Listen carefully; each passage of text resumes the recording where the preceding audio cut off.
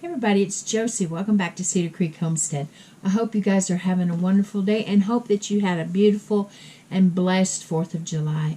We had a good time. We actually celebrated, kind of celebrated 4th of July on Saturday. We had people in for Baby Rowdy's baby shower.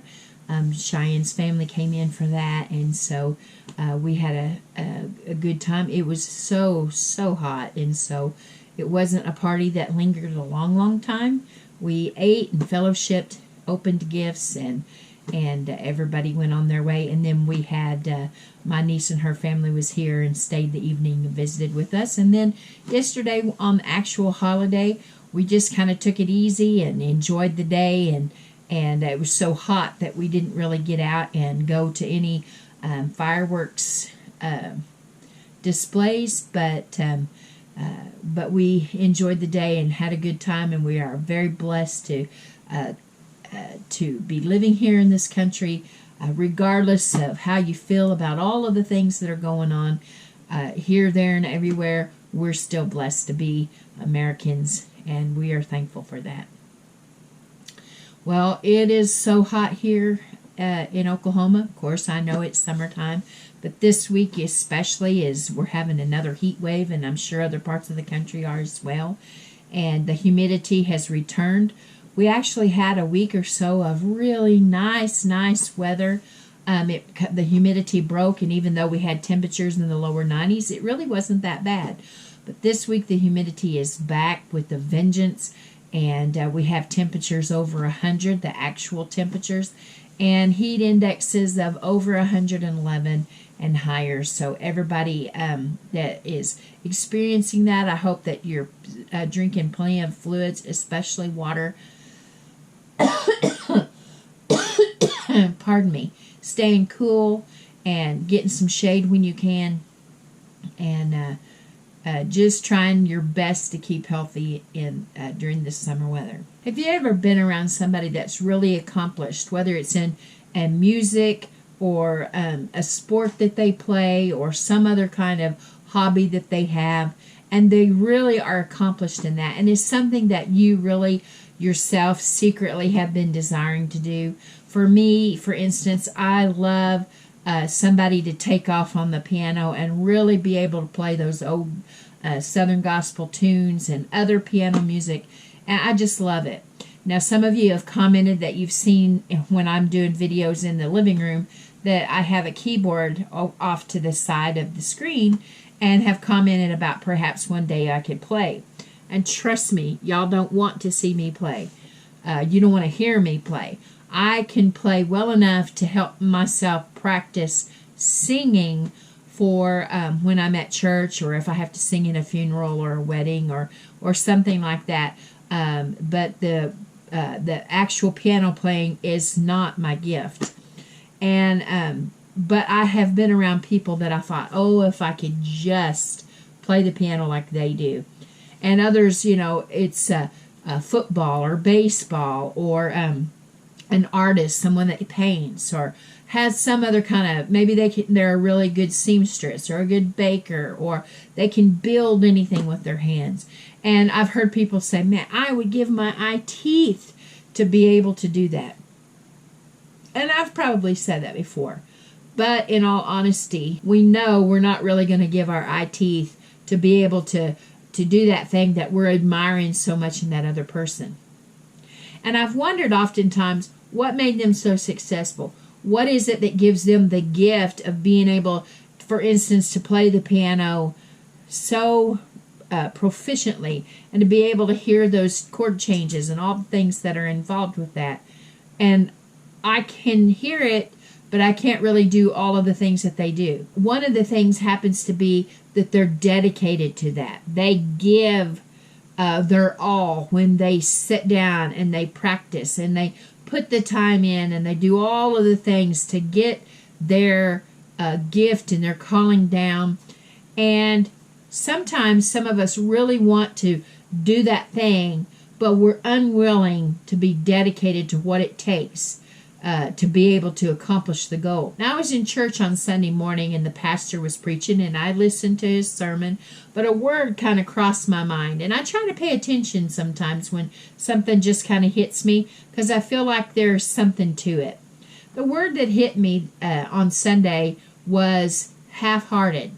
So I dug in my purse that was there beside me and I didn't have any paper handy, so I just wrote the word on my hand. And I thought, well, that'll be enough for me to go home and to really think about what perhaps the Lord was trying to show me, or maybe it was something that on the lines of the path that I needed to cross with the video today. And that is what I'm going to speak about, being half-hearted. If you look up half-hearted in the dictionary, you will find that it is the lack of enthusiasm or spirit to accomplish something and to get something done. My thoughts on this is half-hearted efforts yields half-hearted results. If we don't give it our all, we're not going to get our all out of it. And we all know that today people are struggling, really struggling, and it's becoming more so, seems like each week that passes by. Things are getting more and more difficult. You know, some areas of the country, the gas is high everywhere, but in some parts of the country, it's not quite as high yet as it is in other parts. Diesel is through the roof, and I have to use diesel on my farm, my tractor, my farm truck. Other machinery uses diesel, and that passes on in all the things that affects farming. My sister and her husband own a small family-ran trucking company with just 1 or 2 trucks. And they're really taking a hit, too, on the cost of diesel now to run back and forth, being able to make short runs or even long runs, long hauls, whatever they call it. And it's beginning to affect the bottom line. We know that we're paying more at the grocery store. We know that we just keep getting hit on this side and that side. We know that crime rates are going crazy. There's all kinds of stuff that people are protesting about. And those kind of things make us sometimes take a step back and think, we just want to get away from everything. But I would challenge you that now is not the time to sit down. Now is not the time to wring your hands. Now is not the time to say, well, this is it. There's no place really to stop. A lot of us are tired.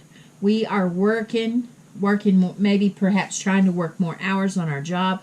We're working around our farms and our homesteads and even in our suburban areas, putting in gardens and doing way more this year because we feel an urgency. We know that we have to be about the business of looking well to the ways of our household, putting things back, doing all that we can to be prepared to help those around us that are really starting to suffer.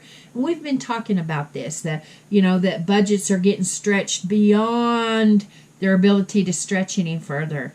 But belts are having to be tightened. People are having to pull everything in and spend only what they have to on the things that is actually needful things. It really begins to work on us mentally, physically, spiritually, when we feel all of this tug and war back and forth and all of these things restricting us and constricting and, just kind of like one of those old nasty snakes that you hear about that wraps itself around its victims, and it just constricts, and the more you try to breathe in and get a breath, the tighter it gets, and the tighter it gets until you are really succumb to the attack of the enemy.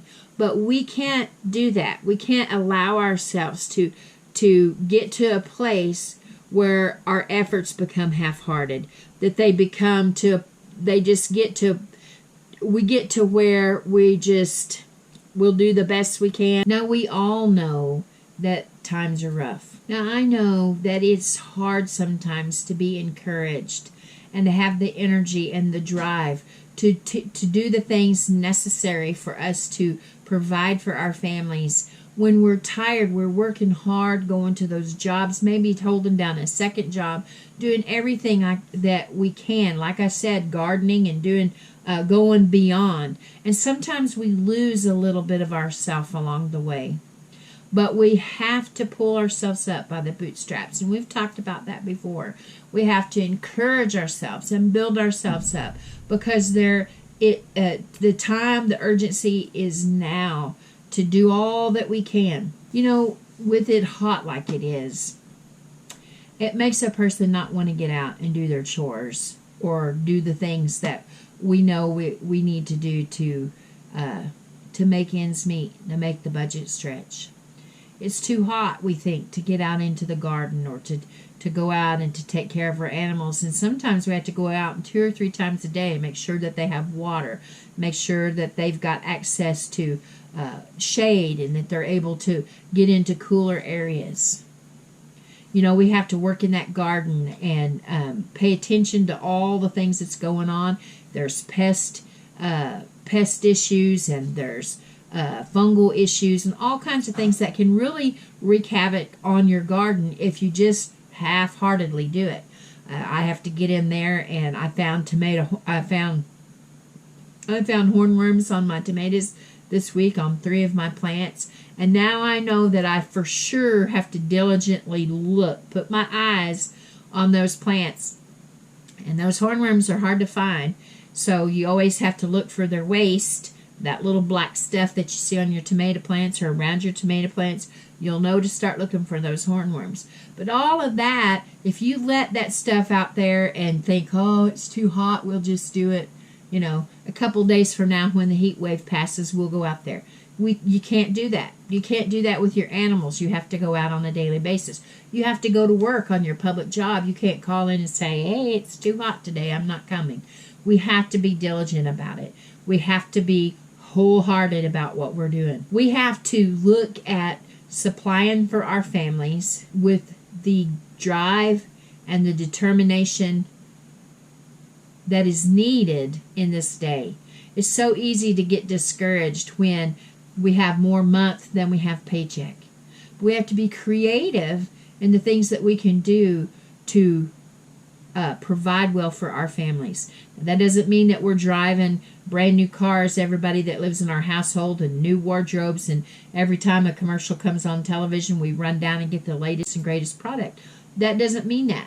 Sometimes we have to make ends meet. We have to patch your holes in our jeans, and we have to fix a pot of beans every week and eat that pot of beans along with our meal. Eat that pot of beans until they're gone. Stretch out all the things that we can do to make it happen.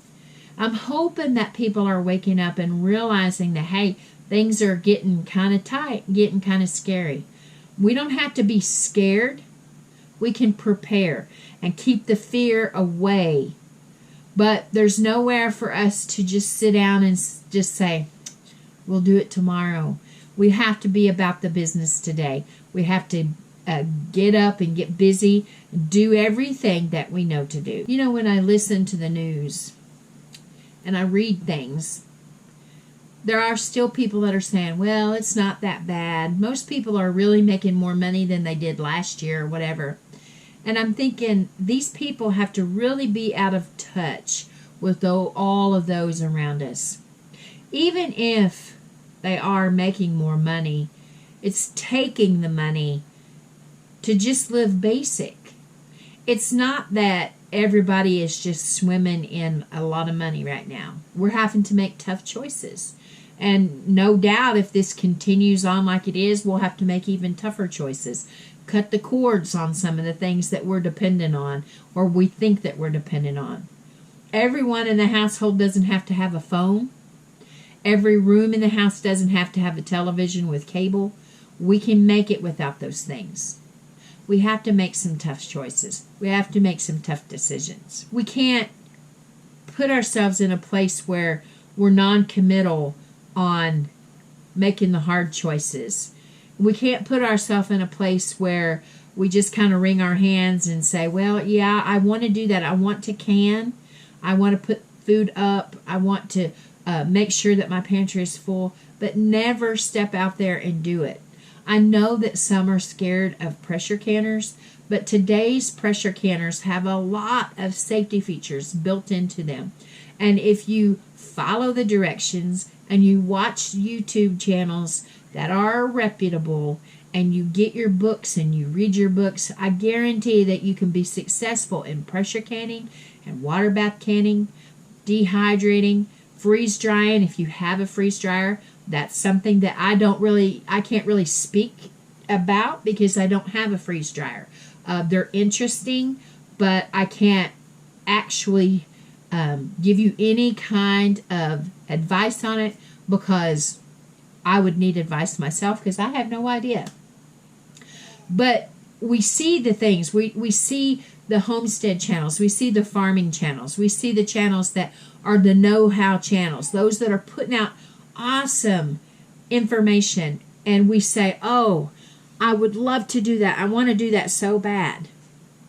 But we never take the steps to get it done. We're being half-hearted.